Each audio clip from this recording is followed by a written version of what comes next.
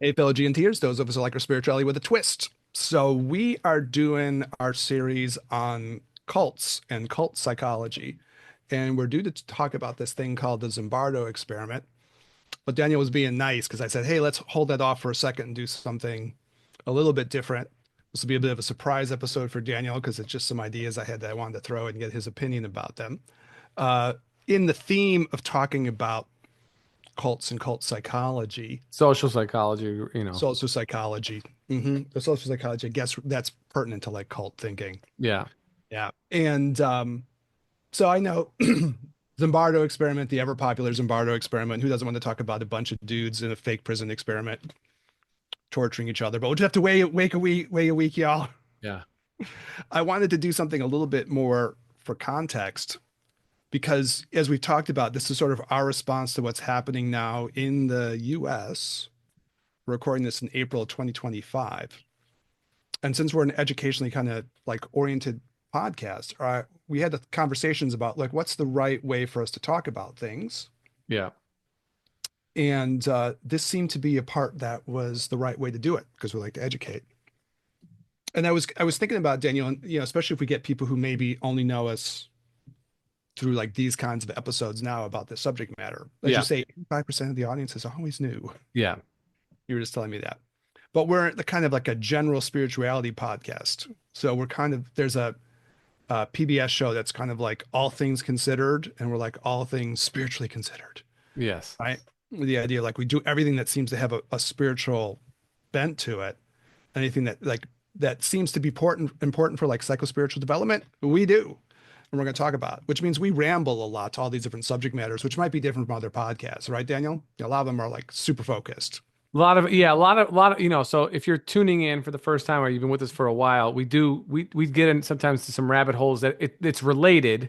We're on topic. It's just everything is intertwined, it's interrelated. So if we find ourselves, in a field that is adjacent, then we're going to explore the connection to that because it's relevant to what we're doing. Most of the time. We're also totally dudes and we do sometimes talk shit. So, there's also that. But I feel like everything we do has like a psycho-spiritual kind of like twist to it or a psycho-spiritual connection to it, right? Yeah, yeah, and even in that term, psycho-spiritual, it's psychological and spiritual, and it's the meeting of the two, which is essentially what our podcast is. You have a deep background in psychology, and we bring, from our own backgrounds in Taoism, Buddhism, Chinese medicine, shamanism, all the other Yeah. Kabbalism. We used to have a long introduction done by this really wonderful African American woman with a fantastic speaking voice. But given that we moved to video, we don't have like a minute long intro like we used to have. But she did all of the isms and we blend them together, and that's how we get to where we are. And looking at the state of affairs as it is from kind of an anthropological point of view or a social psychological point of view, we're looking at it like, okay, there's a phenomenon that is occurring, right? And much of which is influenced by the podcast space for sure, which is uh, you know touching a large audience really because people have modern media or main media, media that is on legacy media, cable news and whatever news it still has a large audience, but younger generation and people who are looking for, I'm not going to call it alternative sources, but different sources outside of the standard narrative are finding their way to podcasters and finding their way to people who they trust, who they believe to be authentic, even if those people are wrong. So just right, pros and cons. And I've been aware of this for a number of years. We haven't really talked about it up until kind of now the last month or so. And this is kind of like our expose into something that we've been sort of in because we're human beings in this Western culture, but then also out of because we also work for ourselves and are not really stuck in kind of like a corporate structure. So we're a lot of bit more free to sort of see society from the outside a little bit. We're in it, but we're also not completely W-2'd completely, if that makes sense. Well, there's like you could do a whole podcast that could just be about like season 3 of Daredevil on Netflix, and every episode of the podcast could just be about that. Which Daniel and I, that's an inside thing between us a little bit because I just watched season 3 of Daredevil again. Okay. It's fucking awesome. You're correct. It's the best season, like Yeah. no doubt. Yeah. So if you haven't checked out season 3 of Daredevil, might be Again. worth giving like Disney a little bit of money just for Yeah. that month, just to check Yeah. out season 3 because it's wicked. Yeah. Actually, I forgot how good it was. And Daredevil Born Again, I don't know, man. Have you seen it yet? Not yet. This is the random talk part of the Yeah. podcast, but yeah, something weird happened. If you do see it, I'm not going to give anything away in it, but apparently what happened was like they were making episodes where they weren't going to include the connection to the old episodes, the old seasons. They were just going to completely deny that those seasons even happened and just reboot the whole thing. And in the middle, they said, well, this doesn't work. Yeah. And all of a sudden they had to like bring in another writing team to fix it. And I was like, no wonder this Yeah. shit Yeah. all Yeah. over the place. I didn't know that story. Anyways, but season 3, that's our next podcast project. We'll just talk about season 3 It's not. for 12 years. But people do that kind of shit is my point, Yes, they do. Yes, they do. if you're really into it. But anyways, so, we're trying to do things like, again, the thing that connects, at least for me, would be like, I think all of these things have spiritual import, Yeah. right? And especially because we might try to make it personal. So sometimes I think about it in my mind as like, there's a PBS thing also called This American Life. And I think, well, this is this spiritual American life. And that's what we're Hmm. trying to do. Hmm. And so the cult thing is hanging around now. It's so important just because of like what's going on in the world, which ain't that great, y'all. So it's our way of trying to like do something that will help talk about the things that are happening. That we're not doing like the political news of the week or something like that. That's not our No. deal. But to comment in some ways. And so there's been a number of ideas I think are really important about this. On the one hand, part of our thesis, if we just are blunt about it, would be like the US, no matter how you think about it, where we happen to live, is being dominated now by a lot of like sort of cult psychology. It just is a Hmm. thing that's happening. Hmm. Hmm. And at a certain point, it's like, well, you better say something about that because it's a dominant factor that's going to be affecting all of our lives, spiritual or otherwise, right? Hmm. Hmm. See any way around that. And then we're also trying to talk about that there's maybe like a human frailty around cult psychology overall, right? Hmm. Where there's some vulnerability just in the human spirit, in the human mind, Yeah. right? Vulnerability or tendency, maybe. Yeah, I guess it's, those words make a difference for how you think about it. Yeah, because a different vulnerability is something that there you can penetrate. There's a soft spot, there's a weak spot, there's a I place see. that you can yield, right, or has been yielded. A tendency is something that you can see frequently over and over again in a multitude of people that doesn't necessarily require vulnerability. It doesn't necessarily require a soft spot. I believe that we're hardwired in a way to be manipulated actually, you know and not it's not a good thing. Now we can look back at societies and say, oh well, maybe religion is the kind of like the first cult, right?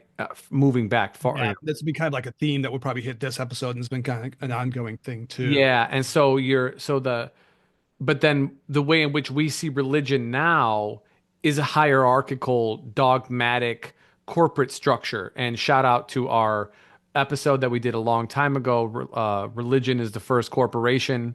You know that's how people view it, right? It's a top-down, male-dominated person one, generally, sometimes a couple, but usually single person in a position of authority, delegating, and then other people execute, and then those people delegate. So it's very much in this kind of hierarchical thing. That's the best way. I keep saying that word, but that's exactly what it is.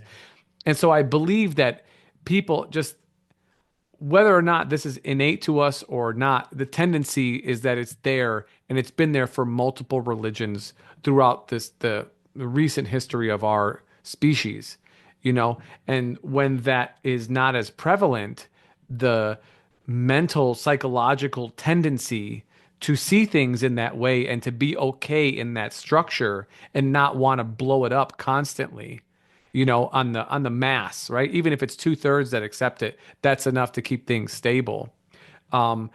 Is yielding us, I think, some of the issues that we're experiencing today.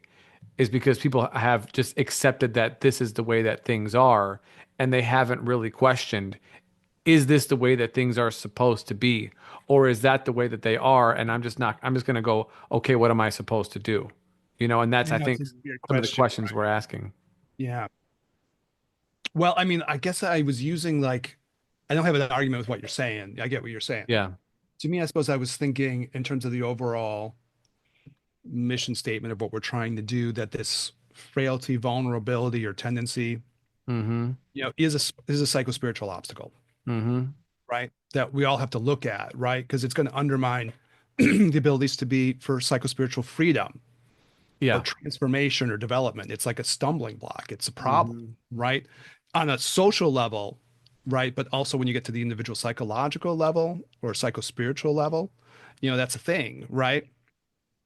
And like on the farther reaches, I was just going through these things in my mind, but on the farther reaches, maybe not the main theme of the episode even, but where it's underlying all the time, might be the deeper implication of what you're saying too, might be that like any given cultural social system is itself kind of potentially just like its own cult, Yes, for sure. right? Yeah. Which is kind of something that's come up in these episodes too, which is an ongoing theme. But and there's a Buddhist context for that or a tantric context for that. Sometimes they call these things conventional truths or concealer truths, which is an interesting phrase. There are things that are true for a group of people, but they kind of conceal the fact that they're false. Mm. With students, I do it with like the caste system in India that the Buddha might have been up against. Mm-hmm. Mm-hmm. Like, it's bullshit. Any objective observation would say there's no castes, there's no people in these castes, right? But that's so true within that group of people. Now, what do you call that? That's a cult too, even though it's like a whole society that's Mm-hmm. indoctrinated into that cult. So that's kind of like I wanted to like give a context for that part. That's just because that's the space we're coming from with all of this, right? Yeah, I mean, I guess even if we're trying to maybe use language intentionally, we could, if we want to change the name from cult, call it a structure, Hmm. because it is very structured. It's a pyramid, realistically, and at least the way the way I visualize it. I have this thing where I want to call it like cult with like an exclamation point, like cult, Yeah, in that like just to have that moment of recognition. Maybe it's a Zen thing in me too, sure. just to have that moment of going, wait a minute, this whole thing I'm living in is like cult. That's a part of what I would think is awakening would be about too, to have Mm-hmm. that thing. Mm-hmm. So, Mm-hmm. anyways, this is the context on the big picture, but in the immediate, our reaction to like what's going on in the world around us would be that when you look at what's happening, and would be a little bit political in this, but not too much, but a little bit like it would be hard. Like the word is being used a lot now. Like it's Yeah, not just us. This word is like cult is being thrown out a lot, right, for what's happening. And I was thinking, you can kind of almost see it as like these kind of interlocking cults that are kind of happening within yeah, this, yep, right? yeah, They're like, so if you look at like, and again, not a political podcast, but we're just trying to describe the world around us, right? yeah, So there's sort of like a cult of personality probably around this one person. And you'd be really good at pointing that out, Daniel, that like part of this whole definition of cult that we're using is that you need the charismatic figure, yes. right? Who's sort of the leader within the thing, right? And just so we're, just as a reminder, again, because most of our audience is often new, our kind of definition of this, of what we're considering a cult or a structure, was given by, what's her name again? Stain, Dr. Stain.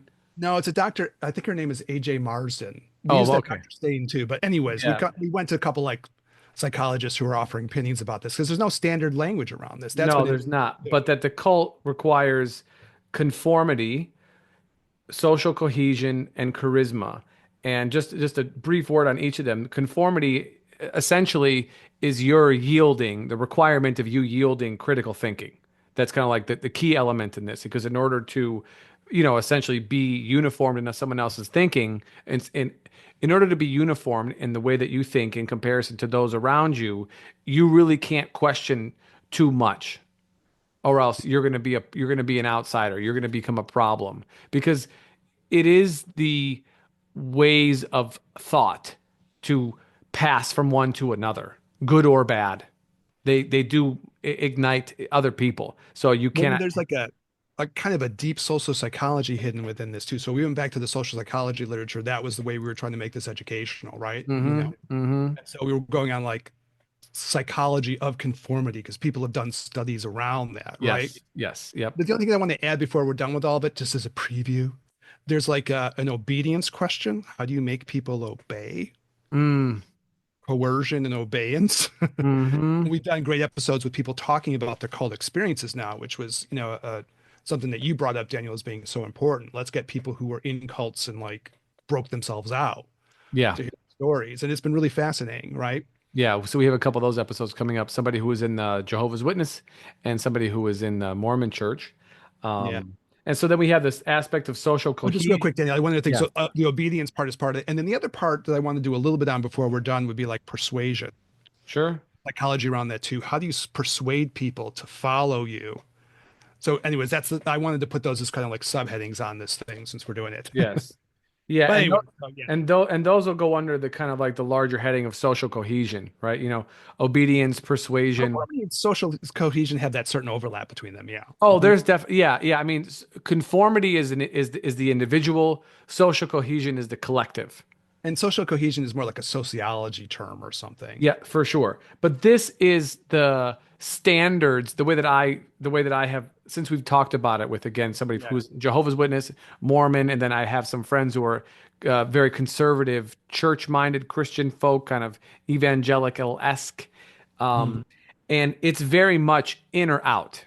You will be Yeah. Yeah. shunned, you will be ignored, you will be excommunicated if you do not um, adhere to the collective, to the social cohesive tendencies that have been sort of agreed upon. And so this is required to be binary in their decision making process. You are either with us or against us. If you're with us, you're one of us. If you are against us, you literally do not exist. And that could be immediate family members, mothers, fathers, daughters, sons, brothers, sisters. The relationship does not matter. And Yeah, and that, we'll kind of nerd out when we get to it because there's some like Emil Durkheim stuff for people who, want to go to deep cuts. We'll do yeah, education, social yeah. cohesion. And Yeah. then the last the and so obedience and permission or obedience and persuasion fall under that. So I see it as social like going cohesion. along with like well we can debate it or whatever. I see Yeah. that like those are things in the social psych literature that go around conformity too. So it probably fits into all Yeah, of but I guess I'm looking at it as like the group will do it on their own without thinking about it. Right. And so we had an episode that'll be coming out in about a week with somebody who left the Jehovah's Witness church. And when she was younger, somebody left the Jehovah's Witness organization and she ignored this person when she saw her. Now, she wasn't told to ignore that woman when she saw her in public, but she did it anyways. well, that's the internalization of the norms we were talking about. Like Exactly. it becomes Exactly. so deep. And there's a distinction drawn in the literature. I mean, we're kind of like going over these ideas and we're kind of talking them out loud while we're doing it because we're both Yeah. learning, or all of us hopefully learning together. Yeah. It's a part where you can go, well, I'm following the shit that people are saying, but I really don't believe it. Right. And then there's another part where like eventually it internalizes so deeply that that distance disappears. Correct. And all It of a really sudden does. it's hard to tell. And it's almost like it may even like for what you find interesting, Daniel, too, so much with like the default mode network, those things we talked about over the years that probably Yeah. rewire shit in the brain because you Yeah. won't even perceive the world the same way. Yeah. And the last part of the kind of like the what makes it a cult is the charismatic leader, the charismatic individual or the charismatic founder. But it's that energy, it's the charisma of the person who is the kind of figurehead of it that is required for a cult. Now, that doesn't mean that a movement isn't cult-like just so we're clear. But in order to, be used as a, kind of a social term, um, you do need those three things: conformity, social cohesion, and the charismatic leader. The other thing I would say that's a little bit funny about that, and again, we can debate definitions and we're trying to help people Yeah, think about this stuff. So even in like Dr. Marsden's stuff, she says it can be like a charismatic leader or sometimes this feeling of like divine inspiration or something. sure. And then sometimes that can go like into a group. So when we were talking with the Jehovah's Witness thing, eventually it was like the charismatic leader may be long gone, but the fact that there's still like a cabal of people at the top Sure. or something might kind of function in the role of that. And if So we anyways, it's like things you could debate out in these definitions because they're not like, again, no one can totally decide this. I like that framing of it. I yeah, think it's like simple enough that you can go, okay, yeah, those are 3 points. We can all kind of get what that yeah, means, right? Um, but there's wiggle rooms in these things, and she does point that out. So if you look at like yeah. Jehovah's Witness, who's the one leader? Well, they may not have one leader anymore, No, it's a but group. there's the elders, and then there's the hierarchy that's there, and all of a sudden, Right, but they consider them like the the enlightened ones of the well, they bunch. function in that role, right? It may not be like one overarching key figure, but yeah, they take on that space. Yeah. But then, then if you look at what symbols on the back of the dollar, and we don't do this too often, but like what's on the back of the dollar bill, right? So if you're listening to this, I mean, if you don't know, if it's not off the top of your head, next time you have money in your hand, take out a dollar bill, turn it to the back, and what's on the left-hand side?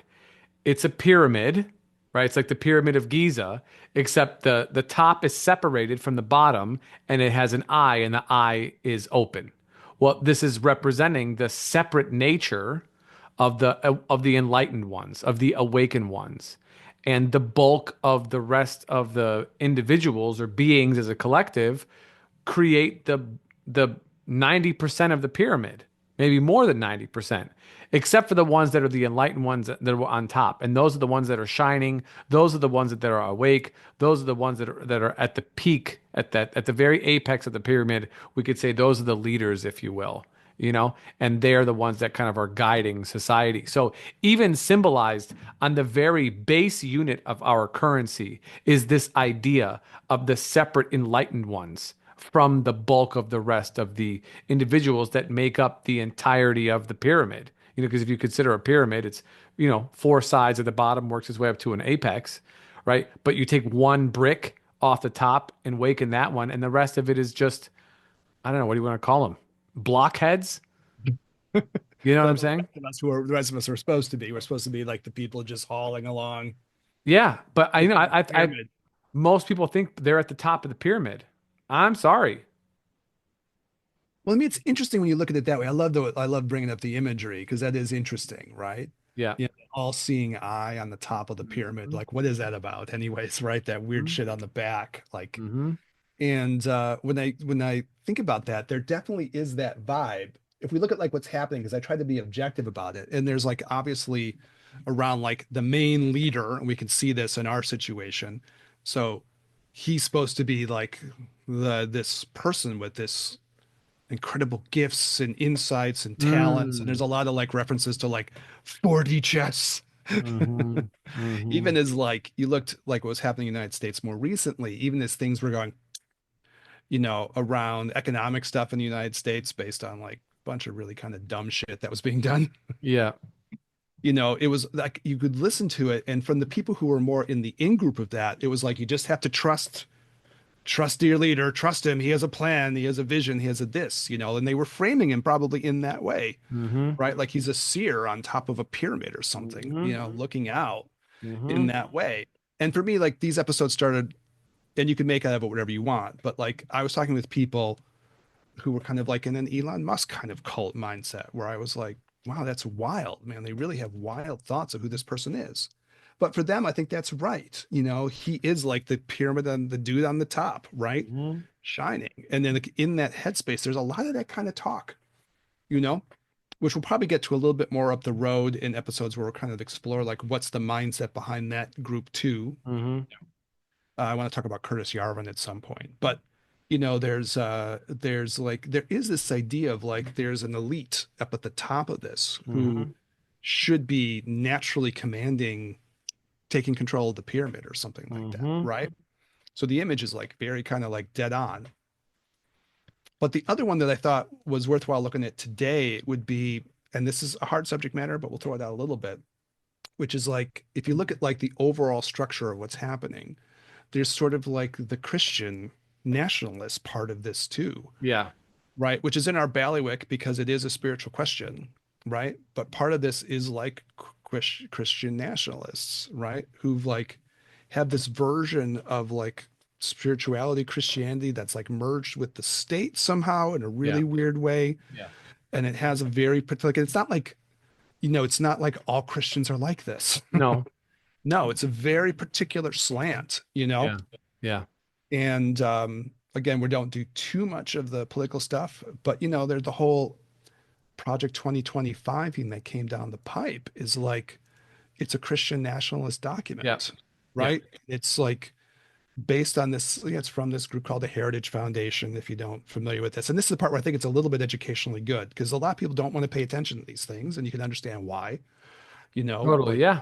people just want to pull back a little bit, but it's good to know what's happening in your world. And I think that's an important spiritual question, not sidebar to even like this, just as like a little tangent, but like I do think there's something to that. To understand what's happening in the world around you is like a spiritual thing to do. I remember I was doing this Zen retreat with Hosokawa Roshi back in the day. And like it was one of the breaks, and he was a kind of a great Zen master in that he would sit with us. A lot of Zen masters don't necessarily do that, but there's a hard training session. Zen retreats are challenging, right? They're hard. And he would actually do the sits, and it was amazing because you'd be there at like 4 o'clock in the morning, and there's this great Zen master sitting with you, and he was willing to do that. At a certain point, you could be like, well, I'm not going to do that anymore. And some of them wouldn't, I guess. So for was explained to me, he's only a Zen master I study with, but that not everyone would do that. But I remember I was looking and he was like, at times he was like reading the newspaper during the retreat.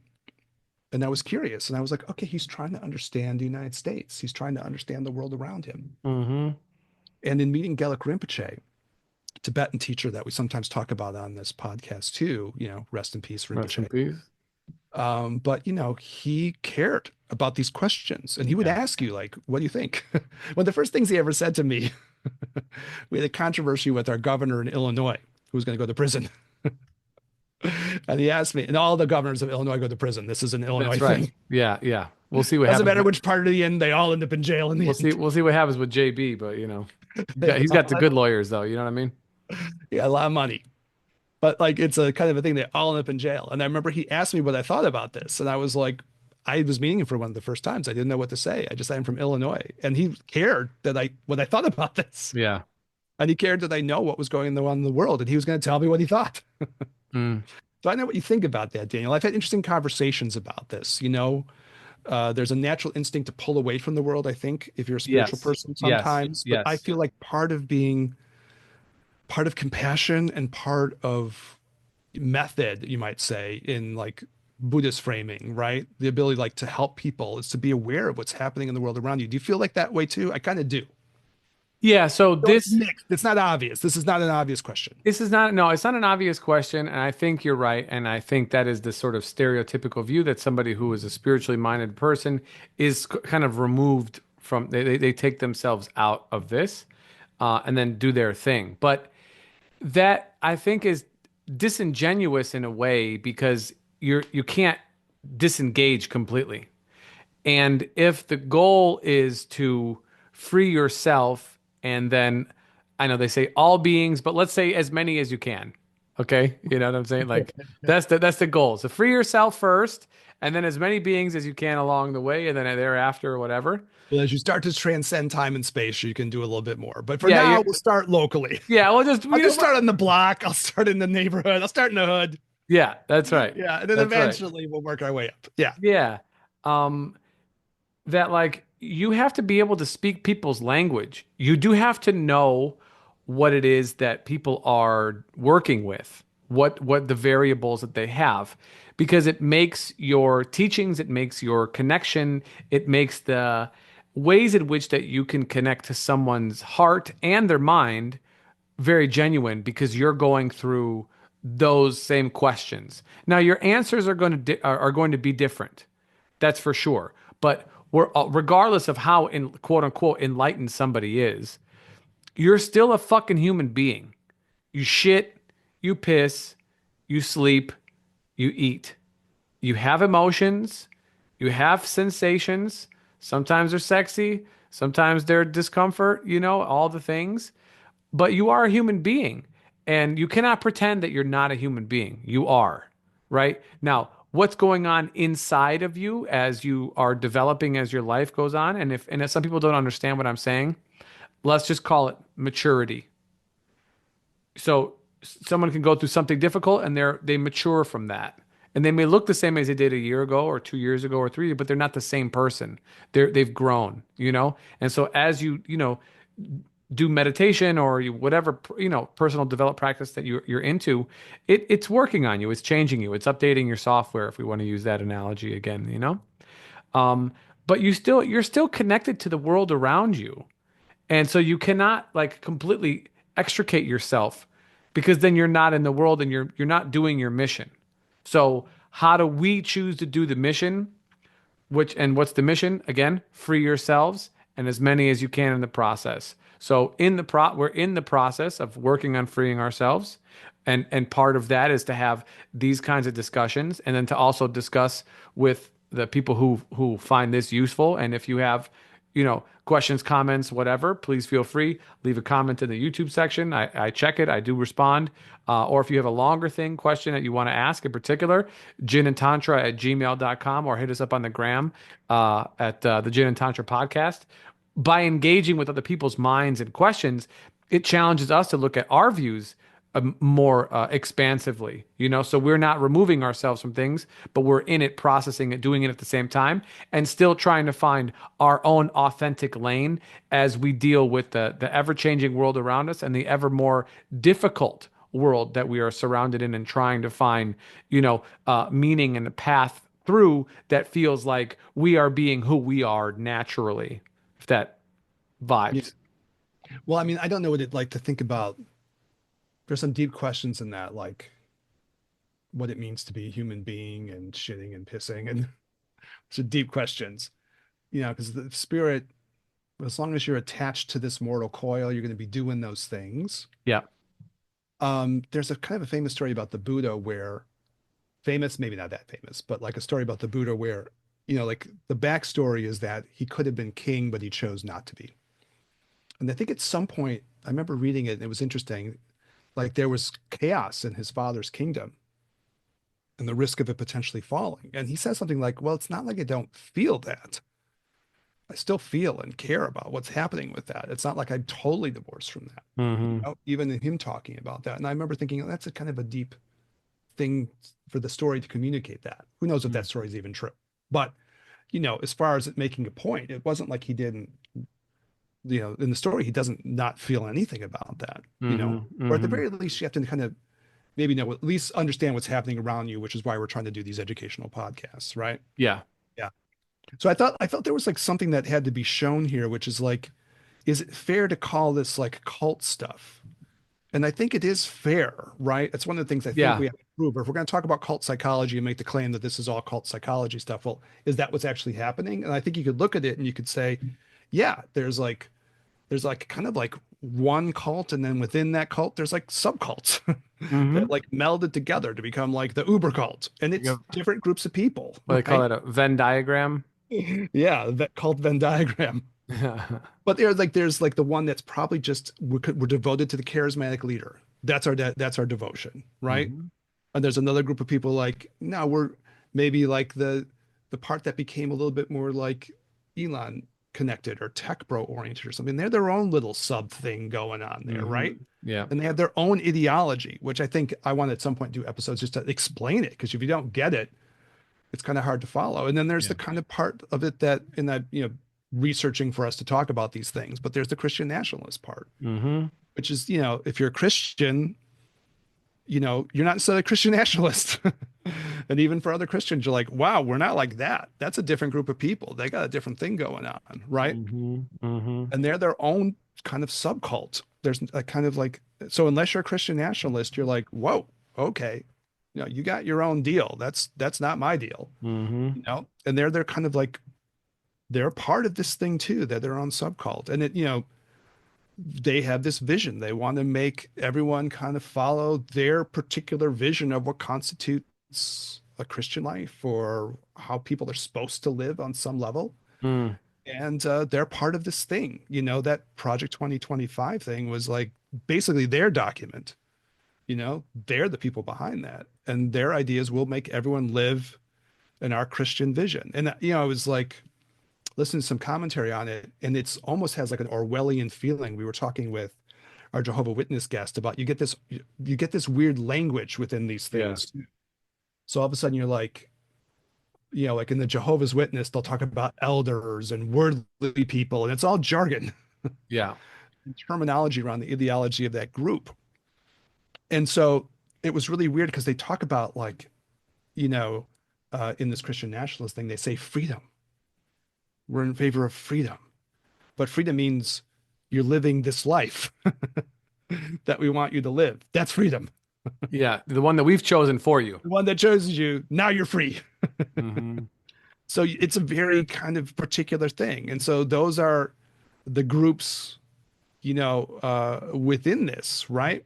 And so I think that was important just to say, like, there's a reason why we're talking about this, right? Hmm. Because it's not only that you can kind of develop like a model, let's say, as an educational podcast, right? Like, well, what's happening here? What is this? And you Mm. realize, no, it's like a kind of a collaboration of like different cults that have like bonded together. It's strange, right? And the one dude I was listening to was saying, basically, in a certain sense, they're all trying to use one another too, Mm. which was interesting because they don't really have the same agendas, you know? No. And so the one guy I was listening to was talking about like around the key charismatic figure. That's a lot of what they were calling patrimonialism or something. You do Patreon, you do offerings to the leader. Mm. So the whole thing is driven by the idea like it's like fits into your all-seeing eye thing, Daniel. I'm the leader and I'm going to suck up the benefits and people Hmm. pay tribute to me, right? Yes. I Yes. think going back to the Greeks, apparently that was like a known style of government. That was just, like we talk about oligarchies and democracies and monarchies and like that was like a thing, there'd be a leader who was the primary person who was collecting the tribute, right? And that's probably what that's a little bit about, right? Hmm. But these other folks, they're not part of that actually. No. They got their own agendas, Yep. and even watching like I don't know if you want to call it like what happened to the Elon Musk part of this, not too political, but it's hard for him because he's really not part of those other groups either. No. They're all different. They got different gigs going on, Yeah. and it was weird because like in a strange way, they're all trying in some potential way because they're all their own little ideologies. They're all trying to partially use one another, Yeah. Yeah. right? And it's this very kind of odd conglomeration of people trying to like Yeah. It's parasitic. yeah, well, we got an agenda, so we'll use these other two groups of people. And oh, I got an agenda, so I'm gonna use them, and then I got a thing I want to do, so I'll try to use these other groups. It's kind of like that. It's Yeah, but strange. that's, I mean, oftentimes they talk about the Democratic Party this way, that they call it a coalition, you know, and it's people who have adjacent ideas that align on a larger scale. You know, they Mhm. align far more than they differ. Therefore, they come together and try and, have a larger movement. They bring their different sections together to form a whole. You know what I'm saying? Yeah, it's cool that you brought it up because I wanted to talk about this too, because you had mentioned some of the things that came up as comments on some of the episodes we've done around this. Yeah, And we don't want to do like whataboutism, right? I think all of correct. that finds that exhausting. But like part of what happened with the people who were criticizing things on the left, because I talk with people on the right. So I want to do intellectual honesty a little bit, Yeah, for sure. right? So the people that I was talking to who were more on the right were like, no, the people on the left are kind of like a cult. Yeah. Oh, yeah. And they have their own ideology and they have their own whatever, And I was like, uh, so for anyone who would be listening to this episode and thinking that, hey, what about these dudes? Why aren't they going to say something about that? Yeah. I can say a little bit about that kind of on a personal level. At risk of pissing everybody off a little bit, but let's see. Fuck them.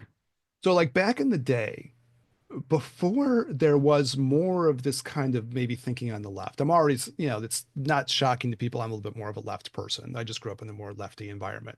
My Hmm. family were like steel workers. They were like union workers. You grew up in that environment, right?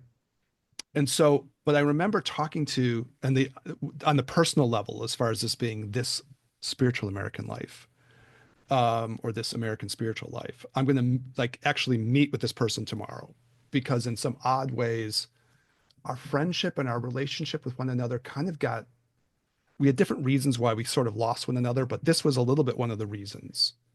So I had never heard this kind of thinking before. I'm going back like 20 years. Okay. It was someone I knew from like my psych program when we were in undergrad together. Hmm.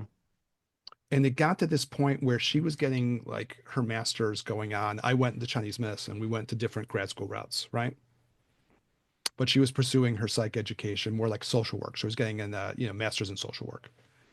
And I remember we started having these weird conversations, and I just wasn't familiar with this way of thinking. So as a Buddhist person, I was very thrown by this. And it had a lot to do with like maybe what you call intersectionality, but I had never heard these words before, right? Mm. And she started laying these ideas on me, and I was like, I don't know what even to make out of this. But we had this bizarre conversation that hinged around who suffered more. It had a lot to do with like this bizarre thing of like, did people who were, black women suffer more historically? Or did like people who were drafted in the wars and had to run in the mustard gas and landmines, did they suffer more? And I was like, as a Buddhist person, I was like, I don't know what you're talking about. Right, right. Suffering I, is it's shit. I have no idea. And I remember I was walking with my daughter and her. And my daughter was really tiny. So I'm trying to even like place the number of years ago. My daughter's 22 now. Maybe she was like 3 or 4. And I was like, I can't follow you. Like, I don't know how to like rank the sufferings of different people as Mm-hmm. like a Buddhist person. I can't, I don't know what you're talking about, Mm-hmm. And I was trying to figure it out. And I was saying, what you're telling me that a soldier who has to run through a minefield, I was thinking of World War One, Mm-hmm. getting mustard gassed in like machine gun fire and stepping on potential landmines and getting caught in barbed wire. I'm supposed to compare their suffering to like the suffering of some person who's stuck in some maybe horrible slave relationship and sexual violence and abuse. Like, I don't know how to, like, that's Mm-hmm. all horrible. And I don't know how to like rank those. And I don't know why I should. Right, correct. Yeah. I was like, I don't even understand. But of course, I'm coming from like a Buddhist point of view. I was like deep into my Buddhist practice at the time. I was like, no, this is all samsaric suffering. I don't get what you're talking about. And we had a lot of weird arguments that hinged around these things. Mm-hmm. And it was like, okay, I don't get your ideology anymore. Like I've lost what you're saying. I can't follow it. But it was definitely like, as far as it goes, intellectual honesty in the G&T world. I did get the feeling like, okay, so somehow I'm not passing some kind of purity test that you're running at Sure. me, and I like to round this. But you have to like see from my point of view, I can't judge the suffering of a soldier who stepped on a landmine and got his body parts blown off versus some other person who's the victim of some sexual violence. It's all bad. And I don't feel the need to rank that. Right. So anyways, I mean anyone who would talk about that in response to what we're saying, like, yeah, I can get that part of things too, to be intellectually honest. I mean, I've had problems around that, Sure. right? Talking with people about those things, and we're going to talk tomorrow and hopefully they'll go well and we'll see. Yeah. Like it got to this point, and I don't know what you think about it, Daniel, because this is in our wheelhouse. This idea, like whether there was like what some people will say is like a spiritual vacuum happened in the United States, an existential spiritual vacuum Yes. happened. And then what happened was all of these sub things started to try to fill that vacuum. Now, I've listened to people talking about, well, maybe it's because Christianity fell apart in the country on some level and that collapsed. And all of a sudden, in that meaning gap, all these different things kind of erupted. And those became the things that people started to replace the religious instinct. I know what you think about that, Daniel. I thought I'd get your opinion about that too. Um, there's a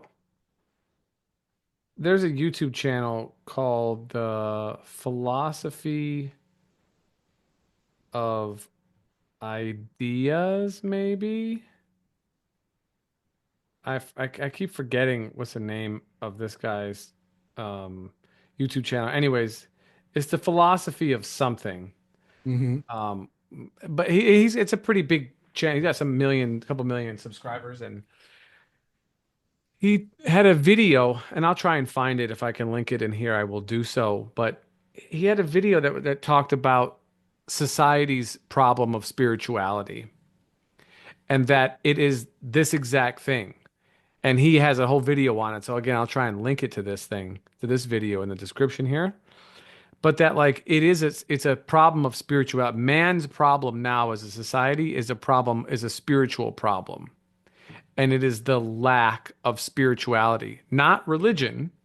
There's enough structure to go around, but it's specifically the connection to, let's call it nature, right? Or you could say spirit if you want to call it that way, or God or spirituality, however you want to describe that, right? But something beyond the mundane. In the Buddhist terms, they'll say, you call it conventional truths, you know, or we can call it, something that is just not merely bound to the material world around you, something that extends beyond Newtonian physics. Or just the ideas of the material world. Hmm. Sure, Yeah. sure. And that this is the issue, and that in the attempts to find a solution for this issue, we come up with theories and themes and ideologies to try and fill that gap. But that gap that we're trying to fill is only filled by itself. And therefore, everything that we try to fill it with doesn't really quite fit the bill. So we're not trying to put a round peg into a square hole. We're trying to put a squarish shape into a square hole. Like it'll fit and it'll work and it'll do the job, but ultimately it's not satisfying that urge to feel, I'm going to call it, connected. Do you buy that diagnosis of the situation? Does that make sense to you? Yeah, absolutely. Okay. Because Okay. because again, it's This is all over the place. It's not just this YouTube dude or whatever. This yeah. idea is Well, this all this video is probably 5 or 6 years old at least. oh Maybe no, but this has been rolling on for a while, right? yeah. Like, and I Yeah. was like, it's weird my experience because I have the people who would be more on, I guess I should do it on the right side. The people I knew on the right were like, all these people on the left have, we'll talk about with social cohesion. They have spiritual enemy, right? Hmm. Like, enemy, like this fancy sociology term for like, there's no direction, there's no meaning. It's just kind of like Hmm. there's a void. Hmm. But that's what's happening. So they like have taken on these causes or whatever as the way Yep. to fill in this spiritual gap and blah, blah, Hmm. blah. Hmm. And then, you could say maybe people on the left were talking the same thing.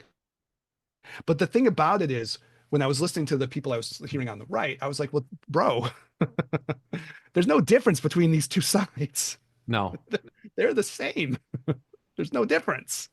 It's the same underlying psychology The that's happening psychology on both underlying is the sides. same. It's identical. It's like, if you go to the deeper part, the only thing I could say is, why I feel motivated to do more of these episodes right now is we're dealing with a part where this one side is particularly dangerous now, right? Because it has a lot of power, so it's dangerous, right? Well, that is inherently what either side fears about the other side is gaining power and gaining the ability to implement their view, which is inherently looked at as bad by the other side. Now, I'm not doing a both sidesism because I think that's generally bullshit. There are policies and hopes and wants and desires that, hopefully don't get implemented, but that are harmful, period, that are harmful, that don't cost. My taxes haven't changed personally, and neither have yours really. Neither has Oh no, anybody's I really. might get financially wiped out by this shit. I mean, it's possible. No, but I'm saying in terms of what you pay, the money that you put into the government and how that gets doled out. You're not going to magically have to pay more. Of course, we want things to be used properly and everything else, but like, is it out of the small percentage of whatever it is that I'm contributing? I like to know that some of that goes to help people who need it. Yeah, yeah. And I believe deep down that most people feel the same way. I don't think that there are people that sit here and go, what would be really great if we just had a really wonderfully balanced budget because that would make things wonderful. How does that affect your material life? And I know that argument gets used all the time in different ways or whatever, oh, for the future, for my kids or whatever. But like, we're also product of the world that the baby boomers are trying to hand to us, which I don't know what's happening with it. Basically, I'm not quite sure. But to move to the point, the spiritual point, is that this is this the issue is this, and that everybody has their own views on what they think is the problem and what needs to be done, but there is never a conversation around solutions. The conversation always tends to be around what the other side is doing incorrectly. And whenever one side gets in power, the other side gets stoked with fear, and that fear sometimes is necessary in order to get them motivated to make change, and other times not only is it necessary, it's based in reality. It is completely based. And so at the moment that we're at now, that fear is based, and the consequences we're not quite sure yet. And so, as people who are trying to navigate this with some sense of, or some semblance of self, some semblance of like understanding what is important to me, what is important to me, and what is important, I think, for me to pass to those who are listening and consuming this in whatever way that you are, YouTube, Spotify, short, or whatever. Um, there is other ways to do things. It is not binary. It is not simply a side versus that side. It's not. Look at the issue, take away who is talking, and hear what the plan is supposed to be. And does the solution that is being presented answer the question or solve the problem? And if the answer is no, then that solution is shit. And then and if you know the solution is shit, then you have to go and you have to look at the person who is presenting that plan and say, why did you present such a shitty plan? Are you an idiot? Are you selfish? Are you going to be gaining from this particular thing? Or do you just not give a fuck? Or pick a different answer. I don't care. We promote critical thinking. All my answers could be wrong. There could be another one. You know what I'm saying? So all that I'm saying is that remove the context, because the context is keeping people trapped in their little thinking boxes. And that goes back to our thing. Now we're at the social cohesion part, or we're at the conformity part. Because if you question the confines of the thinking box, well, who are you now? Are you one of us? Or are you one of those motherfuckers? Which one of those motherfuckers? I don't know. It depends on what side of the aisle you're on. But Yeah. if you question that, then you're not going to fit in. But this to me is my hope, as the ideal of, post enlightenment movement, is to be able to have these kinds of ideas. Fuck having conversations about conversations, because a lot of podcasts are just conversations about conversations The about best critique of conversations. like the Joe Rogan world, it degenerated down to like that kind of stuff, Yeah, I right? mean, it's all this. I'm saying think differently. Think differently. That is it. And we try and present these things that are occurring in order to let people know that, like, you are inside of something whether you know it or not. You can only leave voluntarily. You cannot leave involuntarily. It's very rare does that happen. You know what I'm saying? But you have Or to there's be the made aware Confucian that, quote, the way out is through the door. How come so few people use that method? yeah. Yeah. I mean, Yeah, constantly you have to consciously decide to go out the door. yep. Otherwise, you're still in the building. You're still in the building. Yeah, You're still in the building. Yeah. even if the building's on fire. Mm-hmm. Well, Mm-hmm. related to that, I got one more thing that I thought was important about Yeah. this to wrap up the episode. But like part of the cult thing too is there a divorce from reality? And that I thought was kind of an important point. Now we could all argue, well, what constitutes reality? Reality. Right. Okay. But like on a certain level, I was thinking, what's the Asian cultural connection to this of what's been happening? And I was thinking about, one of the really famous Asian books is Sun Tzu, The Art The of Art War. of War. Yeah, Yeah. The Art of War, right? And and it's very deep in Asian culture to have that kind of like, this is a major text of like strategic thinking, right? In Yeah. the Yeah. Asian Yeah. world, right? And from a certain point of view, I think I was just like, well, yeah, like in the remit of our podcast to share these Asian ideas, you can just take a step back and say, what happened recently in the United States? There was a decision made to declare war on every single country in the world Hmm. simultaneously. Hmm. We're going to economic war with everyone simultaneously, even like the island that everyone's joking about with the penguins. So we're even declaring war on the penguins and other species. So is that a Sun Tzu move? No. And while you're doing that, you're also going to threaten not only your rivals, but like all of your allies simultaneously. All of them. We're going to threaten every single one. And not only go to war with our rivals, but with every ally that we All could of them. possibly have. Our neighboring countries, Yeah. other countries are going to threaten to take over Yeah. parts of them.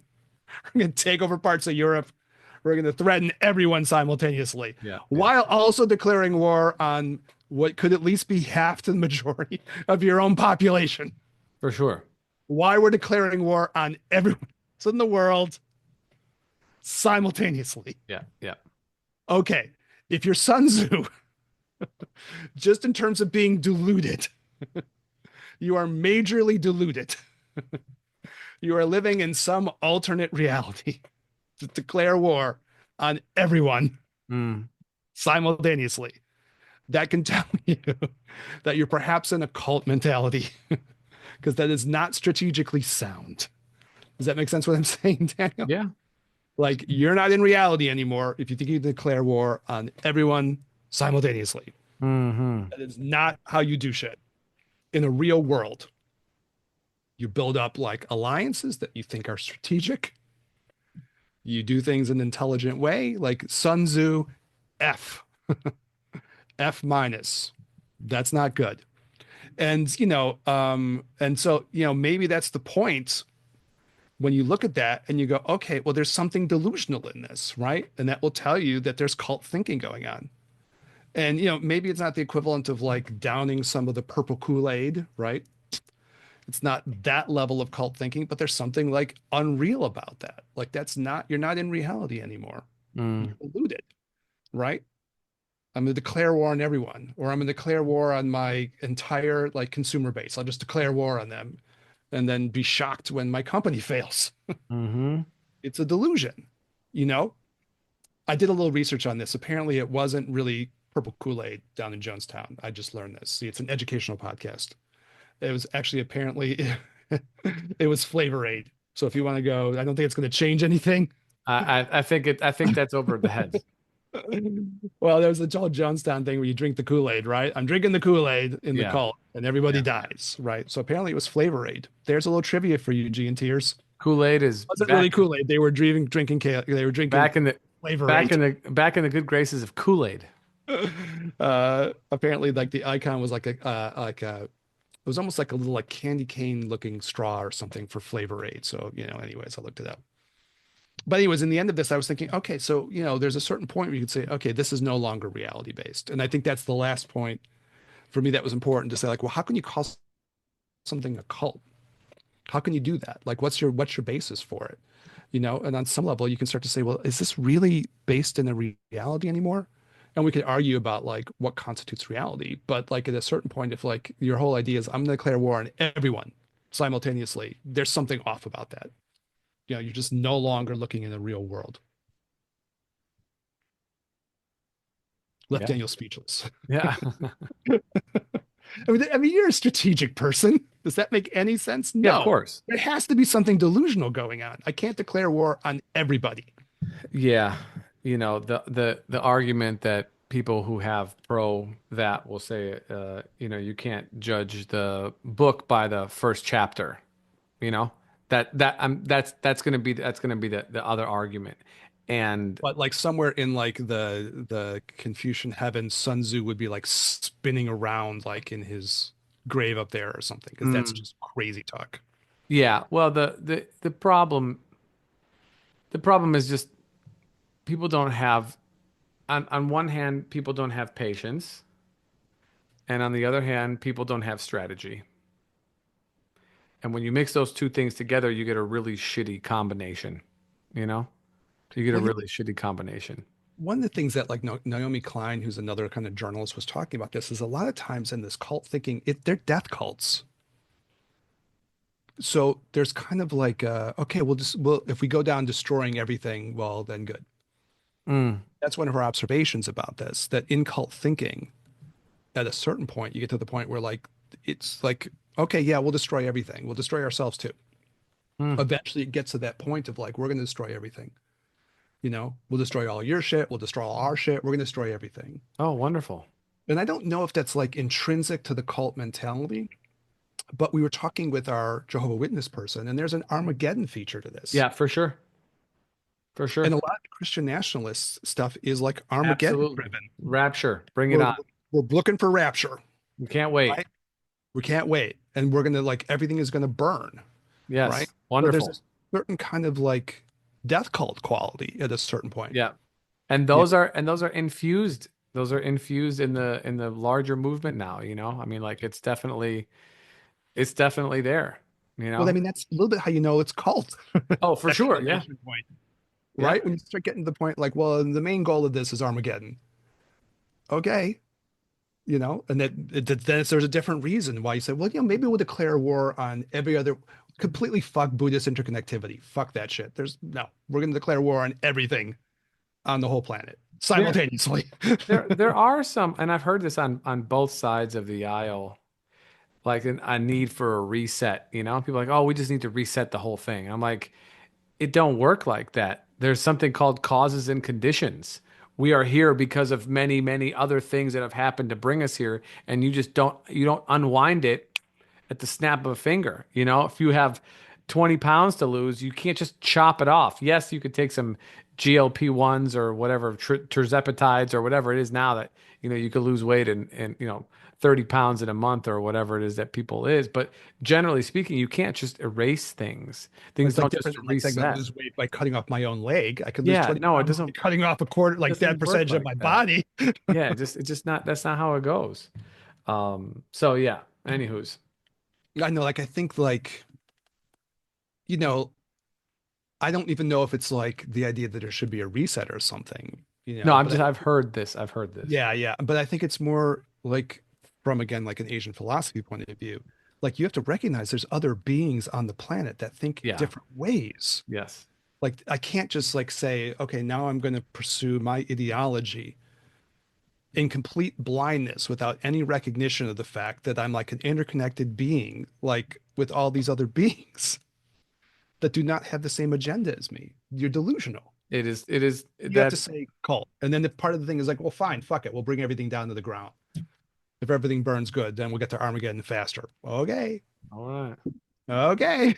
Good luck with that. That's the under, I mean, but I mean, like for what we're trying to say here, is that part of like an underlying cult psychology thing? Yeah. It's so much us versus them. Yes, for sure. It has I'll to be. declare war on everybody who's not Yeah. me Yeah. simultaneously, Yeah. you know? Well, that concentric circle in the cult becomes smaller and smaller until it is just a person, and everybody else becomes collateral damage to their to the grandiose idea of the charismatic leader. Yeah. Or the cabal, Or yeah. right? Yeah. Or the cabal who's trying to Yeah. use like whatever it is. But like, is that part of the cult psychology potentially too? Well, it's a certain kind of what you were talking before. It's a certain kind of us versus them thing, and we'll just magnify it huge, Mm-hmm. make it like it's us versus everyone, right? Mm-hmm. And that'll appeal to a certain kind of psychology, right? If you're Or gonna, the other part would be like, okay, what happens if everything just explodes? Good, good. Everything yeah, burns down on the ground. I wanted Armageddon anyways. if you're Right? gonna choose to sacrifice yourself for a purpose you believe to be larger than your individual identity, you had better choose that with your whole heart, or that is not a choice you're going to enjoy.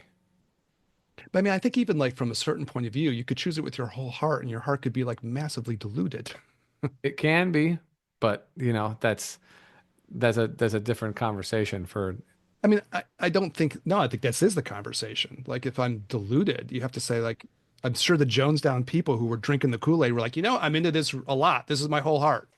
Sure. You Kool-Aided yourself to death. I mean, that's not Tantra. That's Yeah, something else. I guess the hardest thing to do is to change someone else's mind, which is essentially, part of what we're trying to do. Or at least like give it like a conversation about what it means to like be so embedded in Hmm. this certain Yeah. psychological mindset, Yeah. So right? what are our wrapping up ideas taking Well, out I of all mean, this? like for me, I think there was a couple of things that I wanted to like try to do in the episode. So thanks, Daniel, for like having the conversation. It was good. Hmm. I think part of it is the idea of like, what's the claim of this? We're doing these things on social psychology related to conformity, obedience, Hmm. Hmm. sociology of social.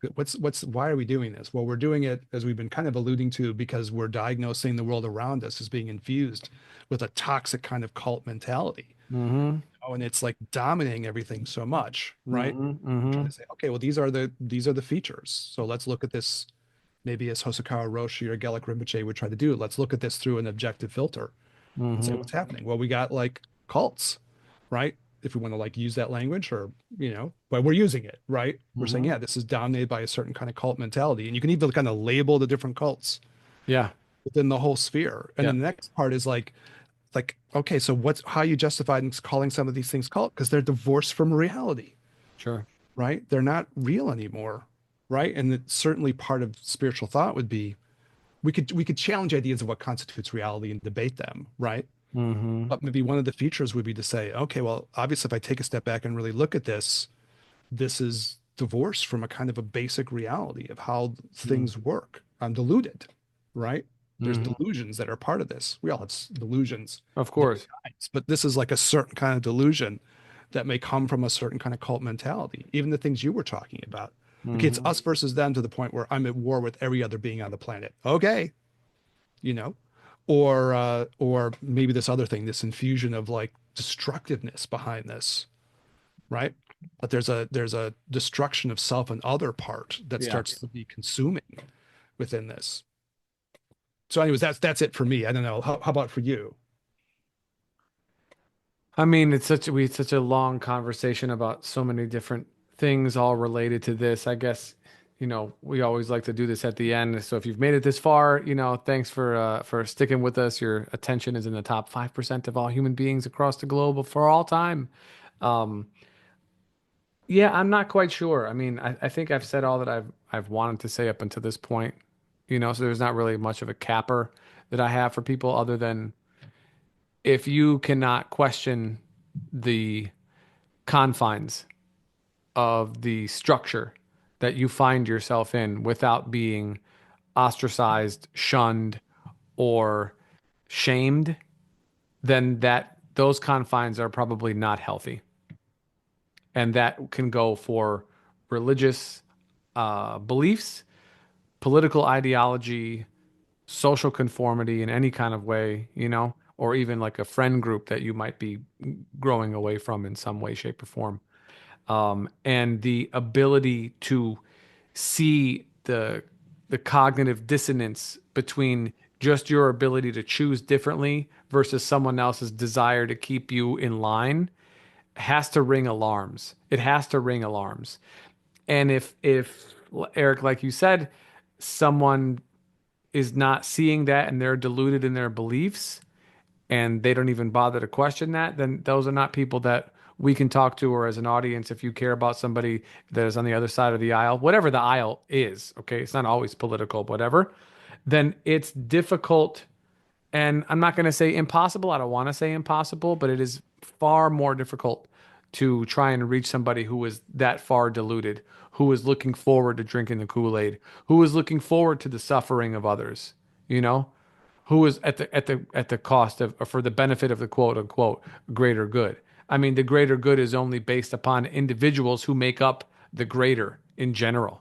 So without leaving them behind, you cannot have good if you've left them. Now it's just, better for some, No greater not if than you left others. if you left everybody behind. Right. The There's nothing greater is good about gone. it anymore. Yeah. Yeah. So just the idea to recognize that and really do your due diligence about seeing the confines of the structure that you're existing in and being able to question it. And if not, then ringing the alarms and really wonder where are you? You know, really deeply question where are you?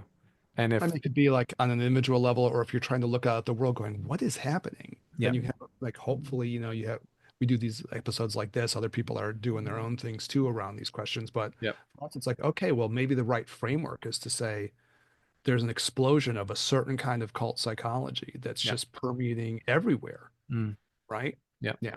agreed. Well, Yeah. Eric, as always, thank you so much Thanks, for Daniel. driving the ship. Audience, thank you so much for tuning in again. Leave a comment in the set in the in the YouTube section or on the Spotify if you're listening to that. Leave an email, ginandtantra@gmail.com. Hit us up on the gram, Gin and Tantra Podcast. Yeah, we like to hear from people. So, love, hate, anything in the different, anything in between, it's all good. We're definitely here to engage. So, thank you for tuning in. For Eric, this is Daniel. We'll catch you guys at the next one. Peace.